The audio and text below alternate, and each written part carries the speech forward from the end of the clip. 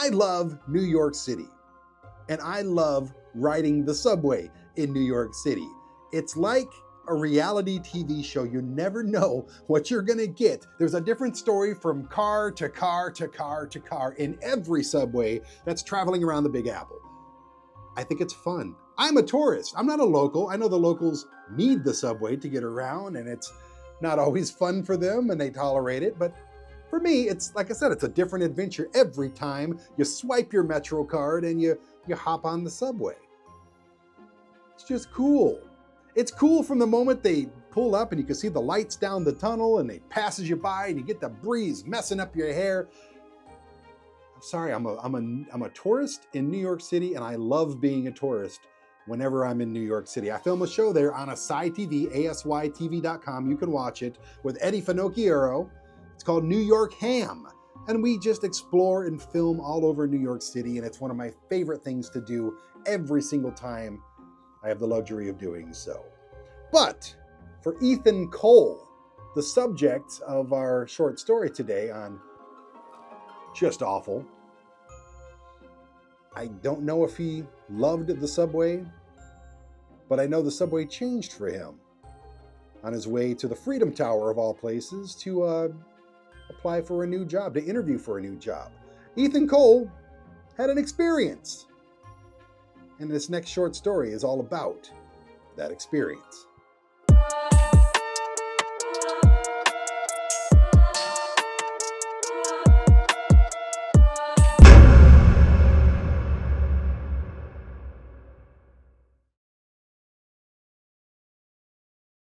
New York City is a place of endless possibilities and ceaseless energy, or so you'd think. On a Tuesday night in early 2023, the city that never sleeps felt as though it had fallen into a deathly slumber. I'm Ethan Cole, and what I'm about to tell you is a story that still haunts me to this day. It all began after a nerve-wracking job interview at the Freedom Tower when I set out to return to my new apartment in Brooklyn. I expected to be wary of muggers or the occasional urban menace, but nothing could have prepared me for the terror that awaited me on an empty subway platform where the ghosts of New York's past made their presence known. I arrived at the Freedom Tower just before dusk, the skyline ablaze with the last remnants of sunlight. I had been interviewing for a position with a cutting-edge tech firm that promised to change the face of urban transportation. The building itself exuded power and modernity, an icon of resilience in a city that had weathered so many storms. Despite my nerves, the interview went well. I left the meeting feeling both relieved and exhilarated until I stepped outside into the cool night air. The streets that once bustled with pedestrians now lay strangely silent, as if the city had pulled the plug on its usual clamor. I shrugged off the uneasy feeling and hailed a cab to Brooklyn, but as fate would have it, the cab never arrived. Left with no choice, I decided to take the subway, a decision that would change my life forever. I made my way to the nearest subway entrance at the World Trade Center station. The normally vibrant concourse was nearly empty. The digital clock overhead blinked 11:15 p.m., and the only sound was the distant hum of ventilation. I hesitated at the turnstiles, a chill creeping up my spine, but then convinced myself that on a Tuesday night, an empty station wasn't entirely unusual. I descended the stairs, my footsteps echoing off the tiled walls. As I reached the platform, I noticed something off about the scene. The usual throng of night owls, workers, and travelers was absent. Instead, there was a pervasive silence, a silence so deep it seemed almost tangible. I shivered and glanced at the electronic board. The next train was due in just 2 minutes. I clutched my bag tightly, my heart beating faster. Every shadow along the platform seemed to shift unnaturally. I told myself it was just my imagination running wild after the tension of the interview, but deep down, I couldn't shake the feeling that something was very wrong. When the train finally screeched into the station, I was relieved to see its familiar, gleaming interior. Yet as I stepped aboard, the atmosphere was different. The car was dimly lit, and instead of the usual cluster of tired commuters, the seats were completely empty. I sat down in one of the worn leather benches, trying to convince myself that the quiet was nothing more than a quirk of a late-night ride. As the train lurched forward, the hum of its engine became a steady, hypnotic drone. I pulled out my phone and attempted to distract myself with a podcast, but the eerie quiet outside the window and the unsettling emptiness inside made it impossible to concentrate. Then, as the train entered a long, dark tunnel beneath the city, the lights began to flicker. In the brief instance of darkness between flickers, I thought I saw movement, a flash of pale faces reflected in the glass windows of the car. I blinked, and when the lights came back on, the faces were gone. I tried to tell myself it was a trick of the light, but the hairs on my arms stood on end. The oppressive atmosphere in that subway car was unlike anything I had ever experienced. Minutes turned to what felt like an eternity as the train rattled through the tunnels. Every time the lights flickered, I caught glimpses of something or someone in the corners of my vision, a figure standing at the far end of the car, a pair of hollow eyes staring blankly from the reflection in the window.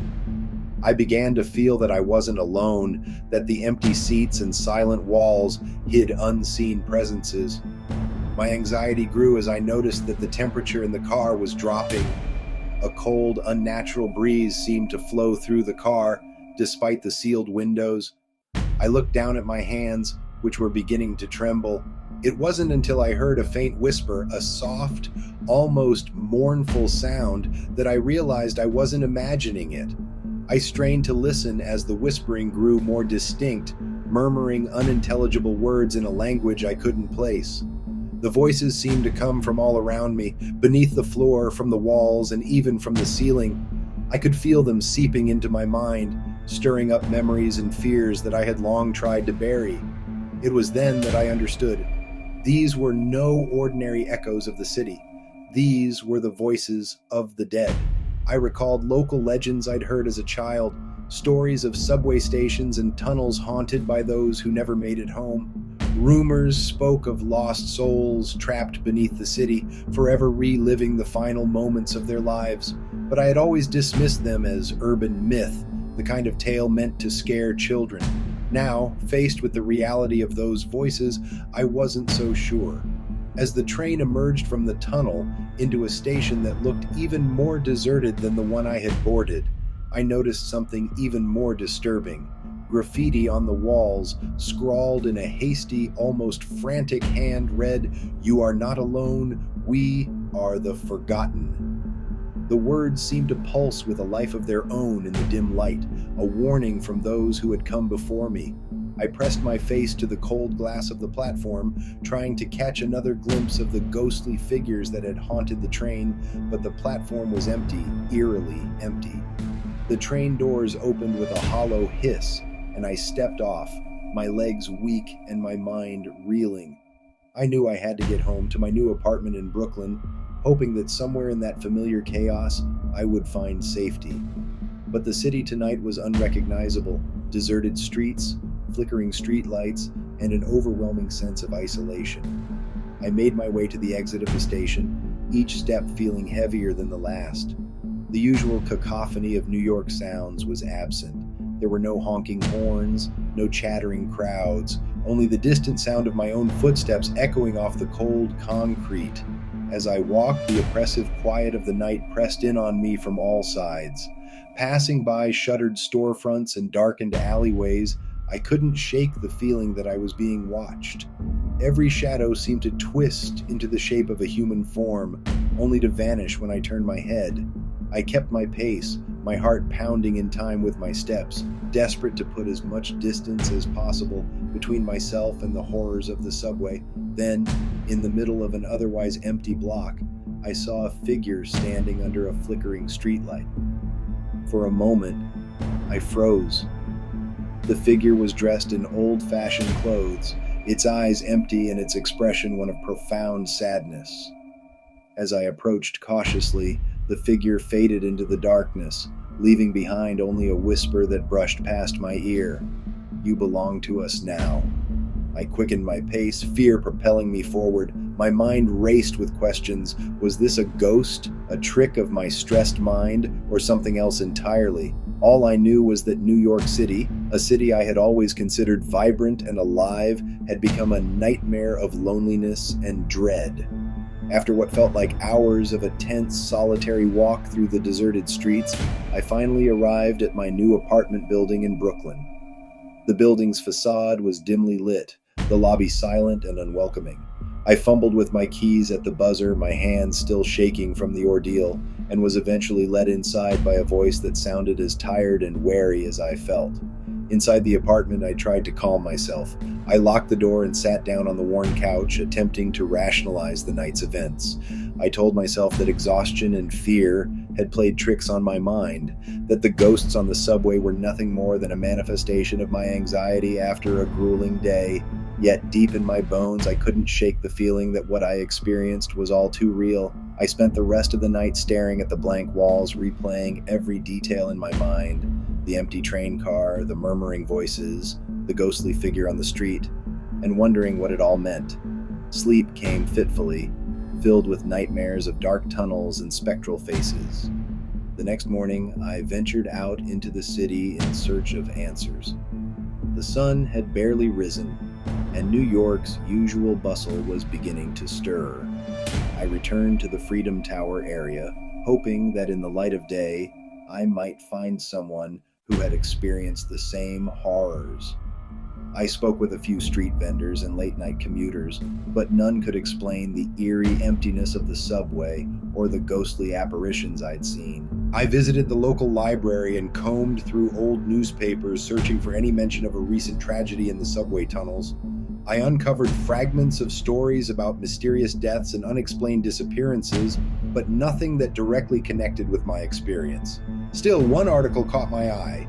It spoke of an unsolved incident from decades ago when a subway train had derailed in a tunnel beneath Lower Manhattan, killing dozens of passengers in a catastrophic accident. Survivors described hearing voices in the chaos, whispers of the dead, but the event had long been forgotten in the annals of New York's history. A chill ran down my spine as I realized that perhaps the ghosts I had seen were the restless souls of that long-forgotten tragedy. Souls still trapped in the dark, empty tunnels of the city. Weeks passed, but the memory of that night refused to fade. I began to notice subtle changes in my surroundings.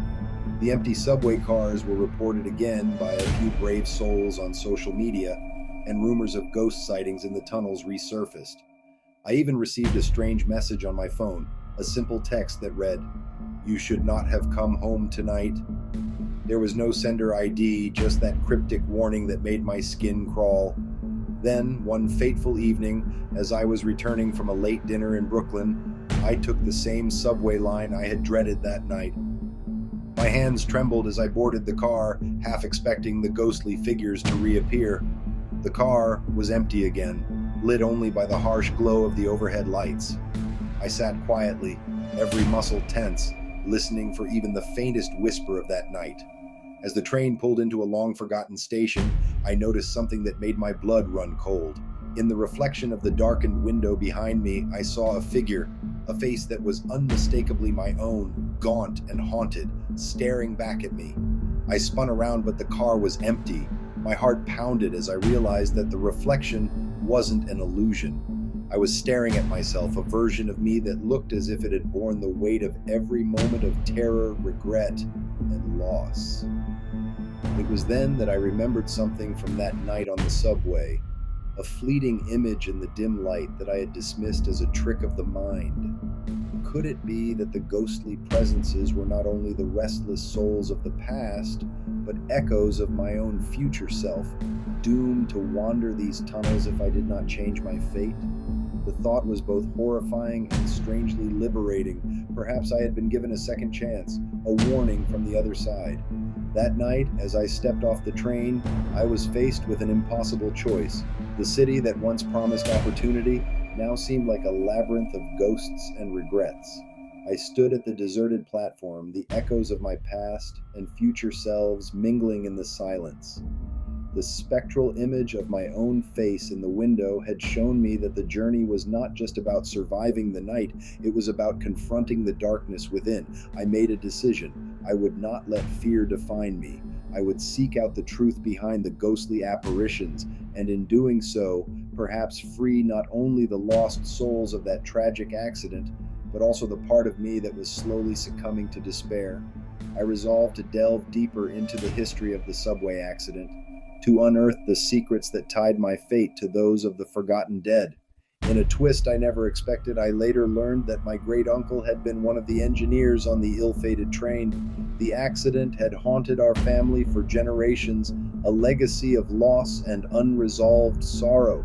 It seemed that I was bound to this spectral cycle, not merely as a victim, but as someone who could ultimately bring closure to a tragedy long buried in New York's dark past.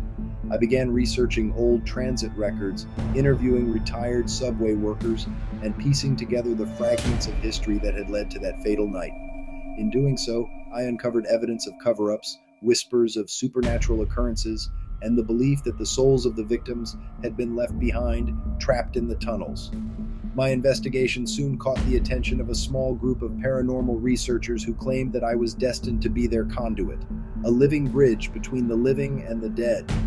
I still don't know whether I truly escaped that haunted subway or if I continue to live in the shadow of that night, forever marked by the ghosts I encountered.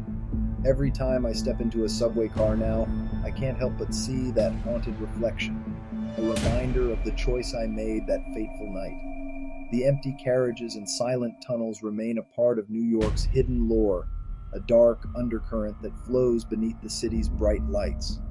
In the end, the most chilling truth of all is that sometimes the horrors we fear are not external monsters, but the reflections of our own inner darkness. And on that strange Tuesday night in New York City, I learned that the line between life and death, hope and despair, is thinner than we ever dared to imagine. The unexpected twist? My journey was never just about a late-night trip home. It was a journey into my own past, a confrontation with the legacy of loss that had haunted my family for generations. And though I emerged from that night physically whole, a part of me remains forever changed, a silent guardian of a secret that continues to echo through the empty tunnels of New York City. So once again, I do film and produce a TV show for Asai TV at asytv.com called New York Ham, and it's about the most honest, brutally honest, hilariously honest take on New York City. I'm being a tourist. I'm being a local. It's through Eddie Finocchiero's eyes, and Eddie Finocchiero is a ridiculous, awesome, hilarious human being. So go watch that. It's only $5 a month to subscribe to Asai TV. Yes, I know, not another streaming television network. We've been around for almost 10 years, people, okay? Give us a shot. Check out the show. I think you'll really like it, amongst other 35, 40 shows, independent movies, all kinds of stuff you get for that $5. But this is not about a pitch. This is about the New York subway system, the Metro. Again, I'm a big fan. It's an adventure every single time. And if you've not been to New York City, go. You got to do that before your time is up, okay? Everyone has to go to New York City. It's wonderful there. It's an adventure. And riding the subway is definitely an adventure. Every single time. You never know. I've been lucky. Not like Ethan Cole. Ethan Cole had a pretty bad trip. It may have been a bad trip or it may have been a bad trip. But, not a good time on the Metro. I've always been lucky and I've always had a great time just people watching. I like to people watch. And so do you too, because you're watching me right now and I am a people. So every single week, this people is going to tell you a short story that is just awful. So subscribe, hit the notification bell. It'll tell you when these videos are released. And if you really like this video about the Metro, if you really like Ethan Cole's story, hit the like button as well. It helps us. We're a growing, expanding, brand new channel who needs your help. So I will see you next week. I am Brandon Bishop, and I don't know what the story is going to be next week, but I guarantee you one thing, it's going to be